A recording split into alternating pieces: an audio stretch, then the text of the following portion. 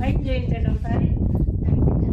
తడికలు మన ఊర్లలో చూసే తడికని అలా పాత పద్ధతిలో చెక్కలు, ఇవి కూడా బొంగులేసి మనం చిన్నప్పుడు మన పెంకుటిల్లు లాగా ఉండేవి. ఆ తడికి చూడండి ఎట్లా అరేంజ్ చేశారు, చాలా చక్కగా అరేంజ్ చేశారు. ఒక రూము, ఒక బెడ్, ఒక ఫ్యామిలీ హ్యాపీగా ఉండొచ్చు.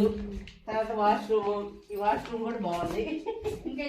వాష్రూమ్ ఇది చూపించండి.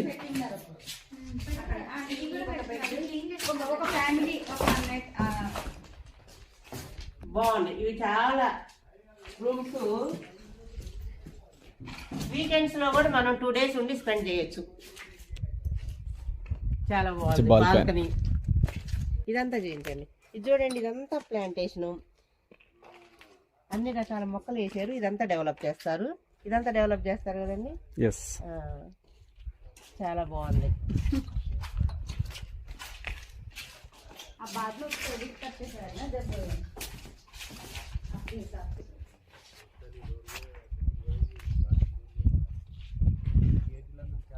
అది ఒకసారి చేయించండి, నేను అక్కడ నుండి పడతాను.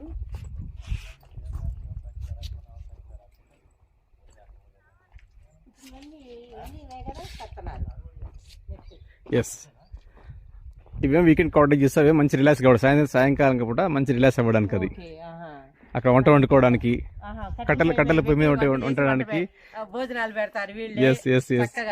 2 days 3 days హ్యాపీగా ఉండొచ్చు. 2 days అయినా పర్లేదు, 5 days అయినా పర్లేదు. మీ గురించి 11 పెడతాం మేము. ఓకే, సూపర్ అండి, బాగుంది చాలా. అందరూ రండి, విజిట్ చెయ్యండి, ఇది ఒకసారి చూడండి. చూసినప్పుడు అసలుకి మనకి వెంటనే ఒక అరెకరం కొనాలనిపించింది నాకు. ఎకరమైనా కొనుక్కోవచ్చు అనమాట చక్కగా. చాలా బాగుందండి. నేను అందుకే చూడటానికి వచ్చాను. చూస్తున్నాను అంతా చాలా పెద్ద వెంచరు. 600 ఎకరాల విస్తీర్ణంలో వీళ్ళు అన్ని రకాల మొక్కలు వేశారు. ఆర్గానిక్ ఫామ్లో చాలా బాగా పెంచుతున్నారు అనమాట. మొత్తం టోటల్లీ ఆర్గానిక్. ఇంకా ముందు మొక్కలు చూపిస్తాను. అన్ని రకాల ప్యాషన్ ఫ్రూట్స్ కూడా వీళ్ళు చాలా బాగా వేశారు. తర్వాత బెండ కానీ అన్ని రకాల మొక్కలు మధ్యలో పెంచుతున్నారు. ఖర్జూరం వేశారండి అసలుకి. అది ఒకటి, దాని గురించి చెప్తాను. చూడండి, ఖర్జూరం మొక్కలు మనం దుబాయ్లోనూ ఎక్కడో ఇతర దేశాల్లో చూస్తాము. అలాంటిది నేను ఇంతకుముందు దుబాయ్లో ఖర్జూరం మొక్కలు చూశాను. చాలా బాగా కాయలు కాస్తాయి. అక్కడే కాస్తాయి అనుకుంటాం, కానీ మనం ఇక్కడ కూడా కాపిస్తున్నాము. నెక్స్ట్ వీళ్ళు 2 yearsలో ఖర్జూరాలు కాపిస్తారు.